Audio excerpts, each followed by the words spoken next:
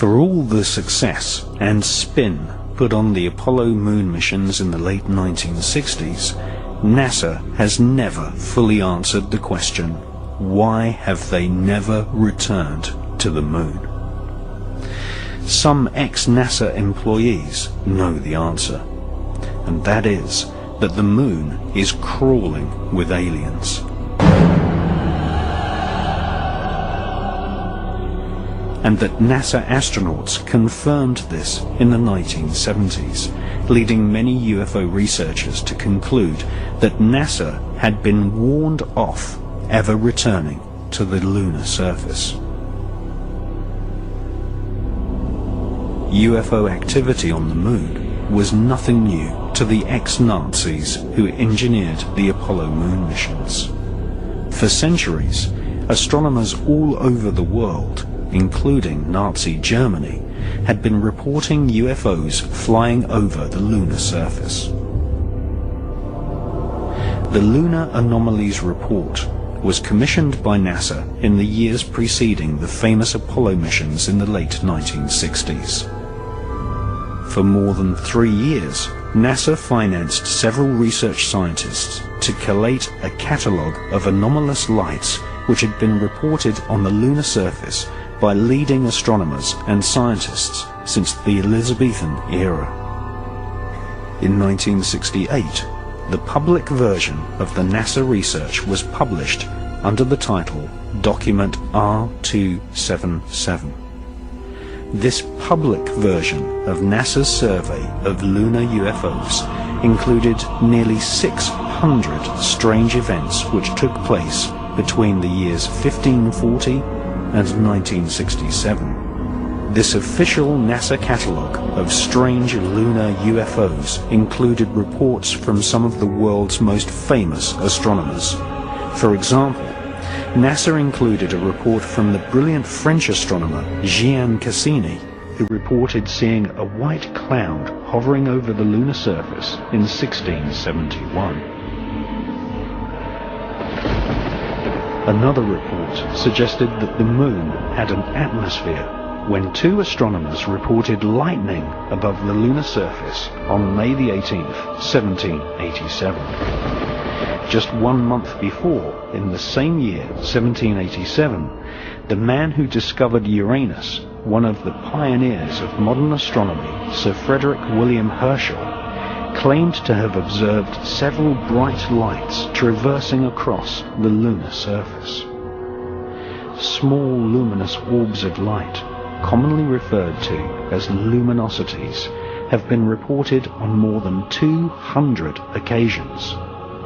In February 1877, a streak of white light was observed for more than 1 hour. On April the 23rd, 1915, a beam of light was seen inside the Clavius crater. One of the UFO hotspots on the lunar surface is the Plato crater, where literally dozens of luminous orbs of light have been reported by astronomers. In addition to luminous UFOs on the lunar surface, NASA recorded the existence of mysterious shadows. In 1882, near the Aristotle area of the lunar surface, several dark shadows were seen. On September the 13th, 1959, astronomers were unable to photograph the lithosphere area of the lunar surface due to a large dark mass obscuring the terrain. And on September the 11th, 1967, Canadian astronomers reported a black cloud with violet edges floating across the Sea of Tranquility, the exact area chosen by NASA for the first Apollo moon landing in 1969.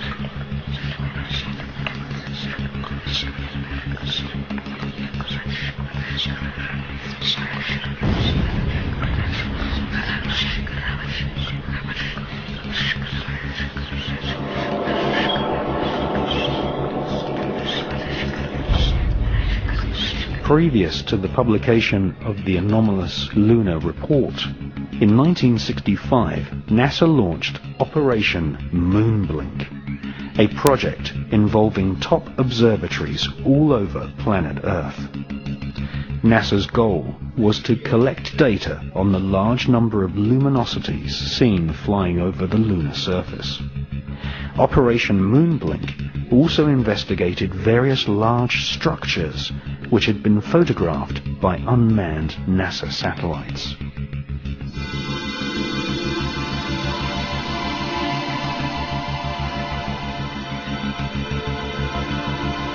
Some of these structures looked suspiciously artificial. In 1953, the science editor of the New York Herald Tribune had reported seeing a 12-mile-long structure, possibly a bridge, on the edge of the Mare Crisium crater. This structure could have been caused by volcanic activity. British astronomers Dr. H.P. Wilkins and the presenter of the world's longest-running TV series, The Sky at Night, Sir Patrick Moore, both confessed that the so-called bridge in the Mare Crisium crater had just popped up from nowhere. In preparation for the NASA Apollo moon missions, Orbiter 3 was dispatched to take photographs of some of the moon's most interesting structures. In the Ucurt area of the moon, a large vertical structure stands proud of the lunar surface. It has been nicknamed the Shard. Another curious object photographed by Orbiter 3 is the so-called tower, which some astronomers claim is over a mile thick and could be 5 miles high.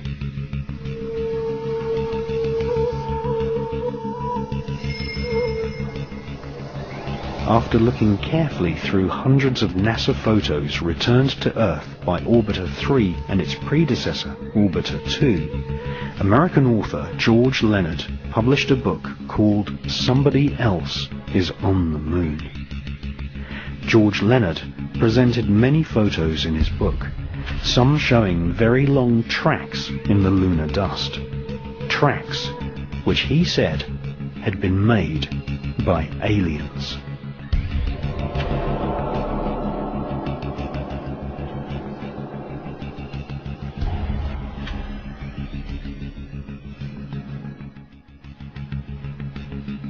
Sightings of UFOs flying across the lunar surface are still going on to this day. In Japan, amateur astronomers have videotaped spherical luminosities using celestron telescopes.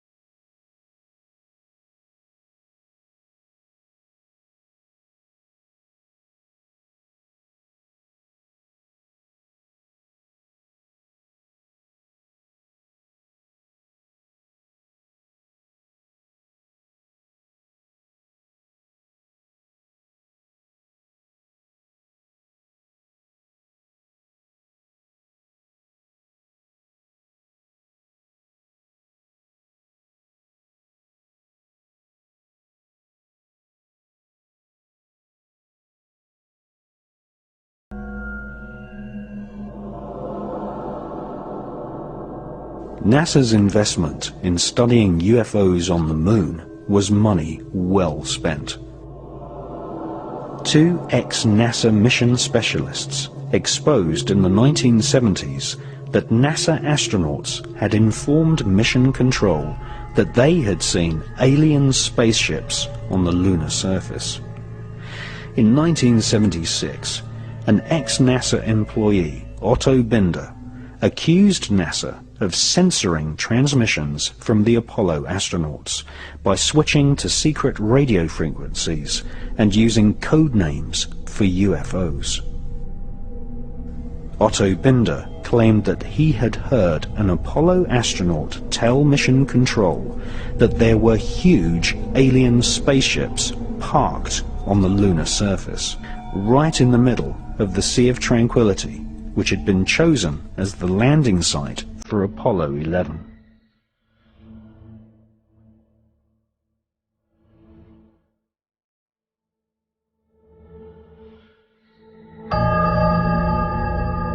It's one small step for man, one giant leap for mankind.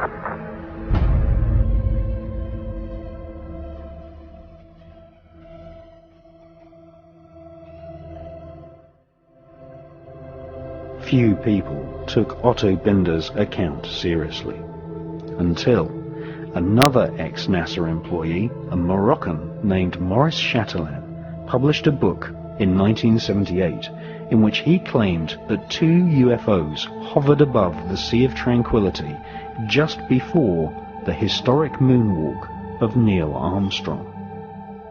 Maurice Chatelain was a NASA insider. He invented many of the radio and radar communication systems for the Apollo missions.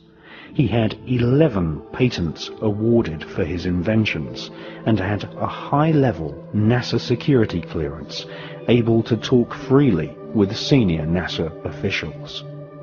In his book, he quoted radio transmissions between Apollo astronauts and Mission Control. According to Maurice Chatelain, the astronauts informed NASA that there were alien spacecraft lined up on the far side of a nearby crater, observing the historic moonwalk of Neil Armstrong. During his time working on the Apollo space program, Chatelain learnt that aliens not only exist, but that they have had a major role in shaping, and in some cases destroying, civilization. The title of Maurice Chatelain's book proves he was in no doubt that aliens had invaded planet Earth in the past.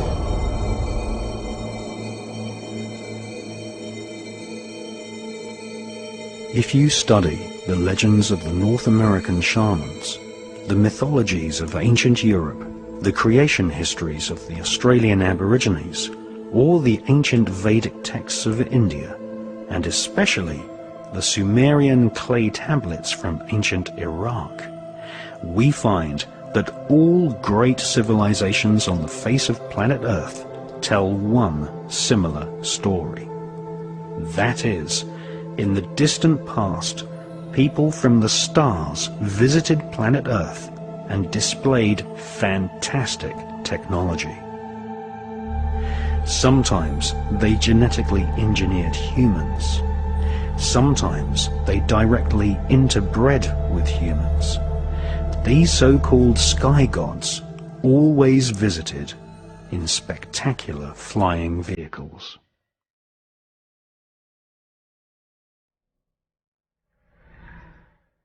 And the watchers from the sky saw the daughter of man were beautiful. and they bred with them. Then the children were giants, who become rulers, not of human flesh. They were called the Nephilim.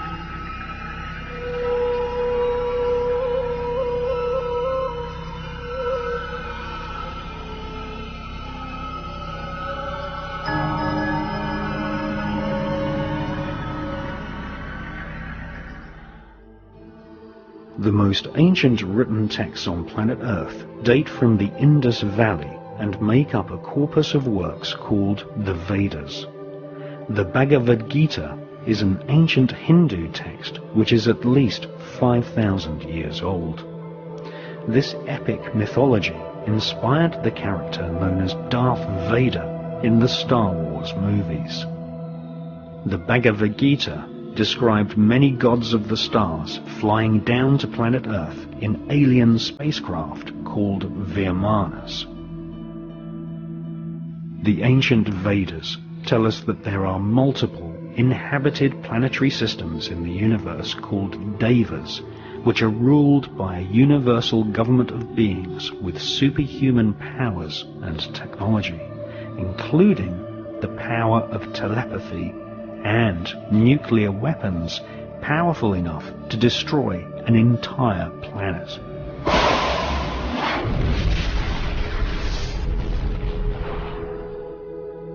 The Hindu legends tell us that the Vimanas were like flying saucers, which had stealth technology, able to make themselves invisible, and were able to detect enemy craft at great distances using a form of psychometric radar.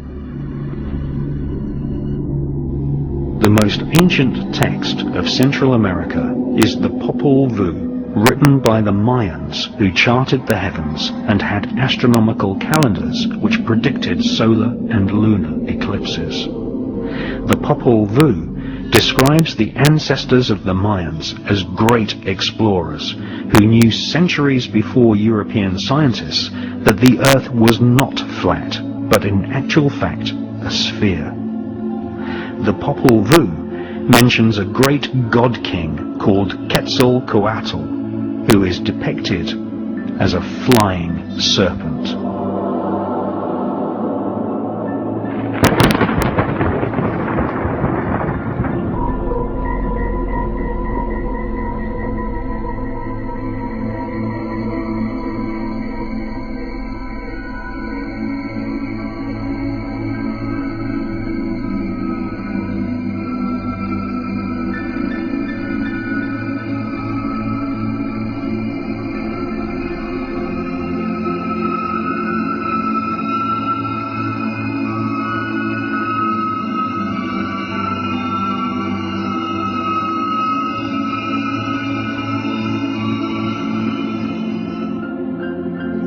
On more than 3 different occasions, in broad daylight, people have filmed flying serpents in the skies above Mexico.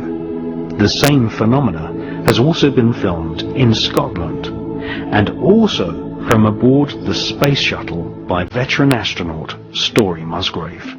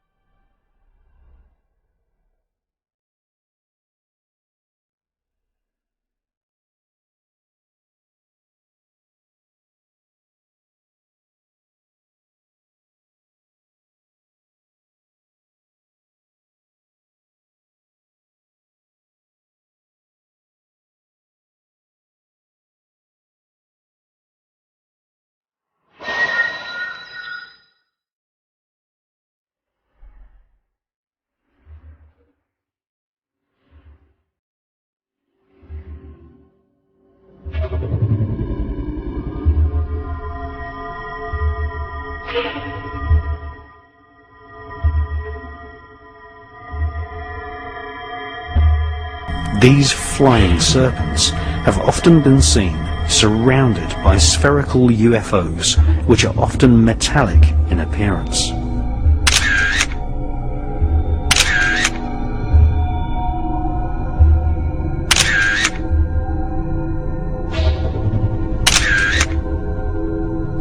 Mexican UFO investigators call these spherical luminosities las perlas, or the pearls.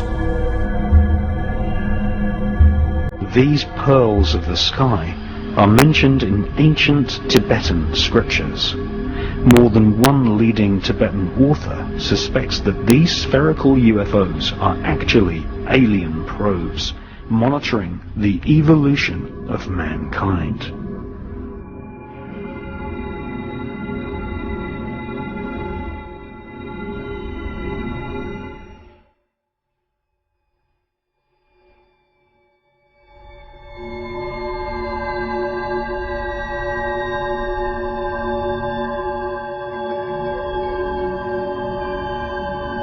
These small spherical UFOs, which are the most common type of UFO filmed in the skies worldwide, are described in the ancient Buddhist text known as the Cantua. The Cantua describes the exact same spherical UFO phenomena which has been filmed in the skies above London, in Scotland, the south of France, and also many times in Mexico.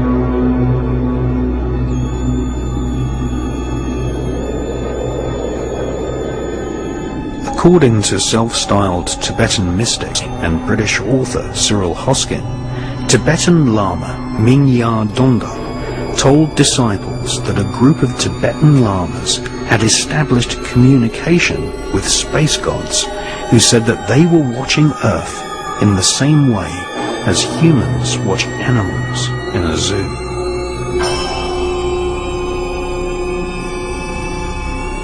A royal document dating back to the 7th century states that the first 7 Tibetan kings came from the stars.